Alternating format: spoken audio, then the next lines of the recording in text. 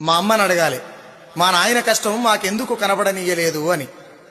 మా అమ్మని మళ్ళా అడగాలి, మా నాయన ఏడవడం మాకు ఎన్నడూ కనబడలేదు ఎందుకని.